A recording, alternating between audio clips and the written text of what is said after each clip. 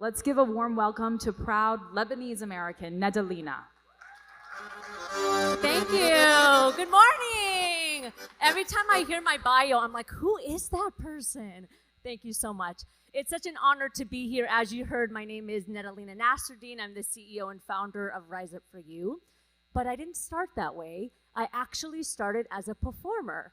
So I used to tour the world internationally as a singer and a dancer and do like Broadway and musical theater. And interestingly enough, every time I walked into the room, there would be 400 or 500 performers. I always got the center stage spot. Now, if you know anything about performing, you know that center stage is the place that you want to be. They call it the diva spotlight, right? The most important part. But here's the thing that I want to share with you. I was never, ever the best singer. So there was always 4 or 5 people that had better technique than I did. They had a 3.5 octave range, I had a 2.5 octave range. They had parents that were celebrities and I sang in my garage growing up. And yet I still got that center stage spot. Now, fast forward about 8 years, I became the executive of an education corporation. I was 27 years old and I had 200 team members under my leadership. And I saw the exact same thing happening. So professionals that had PhDs, master's degrees, bachelors, all the technique that they needed were still getting in the way of their own success, even though they had everything they needed. So I started to ask myself as an executive, how come my team members aren't optimizing their potential? How come they're having a hard time showing up as their best? How come they're lacking emotional intelligence, confidence to take action, communication to speak with the clients and the customers, even though they have PhDs and masters and everything they need to be successful? Now, today I run my own company, as you heard, and we're in over 50 countries, and I have an amazing team. And when we work with professionals around the world, I see the same challenge. And oftentimes I get asked to speak. I keynote about 2 to 3 times a week. It's not my full-time job, but that's what I do. And oftentimes I have people from our community ask me to come and speak for the Lebanese community, the Philistine community, whoever it is. And the number one question that I always get is, I have a master's, I have a PhD, how come I still don't feel enough? How come I still struggle to reach my potential? How come I still struggle with perfectionist mindset and imposter syndrome, even though I have all the skills and I have a great career? I'm still successful, but I don't feel like I am. I don't feel enough. My company in 2021 asked 2,000 professionals what their number one challenge was.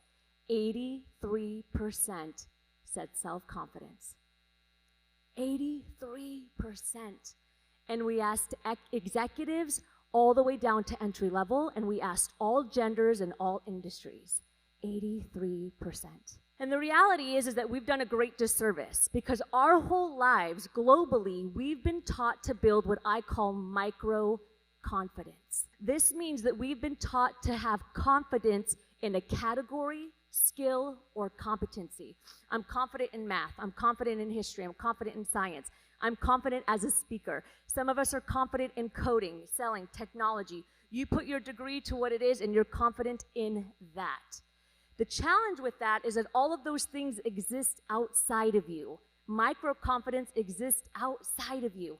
And anything that exists outside of you inevitably will and can change. And we saw this with COVID.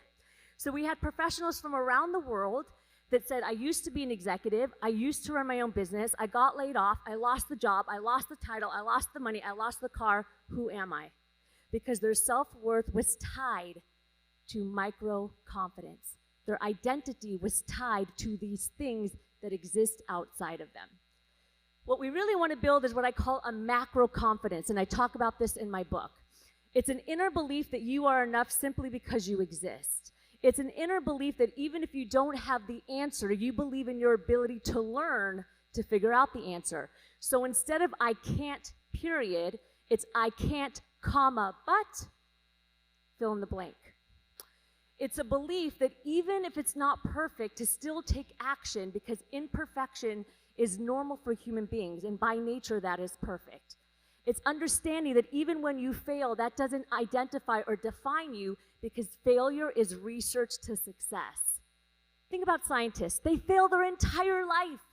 Their whole life they fail when they're researching something. And maybe they'll find one equation or solve one solution in their lifetime of being a scientist. And yet they still keep going. You know, when I built my company, I only had $100, okay? I built it out of a hospital. I lost both of my parents by the time I was 31 years old.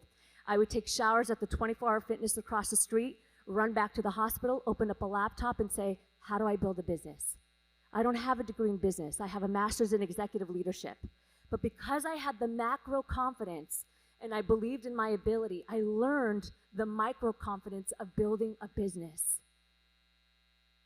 So I'm going to leave you with one question. Do you have macro confidence or do you have micro confidence?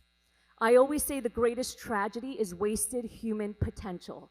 Do not let that be your story. Thank you so much.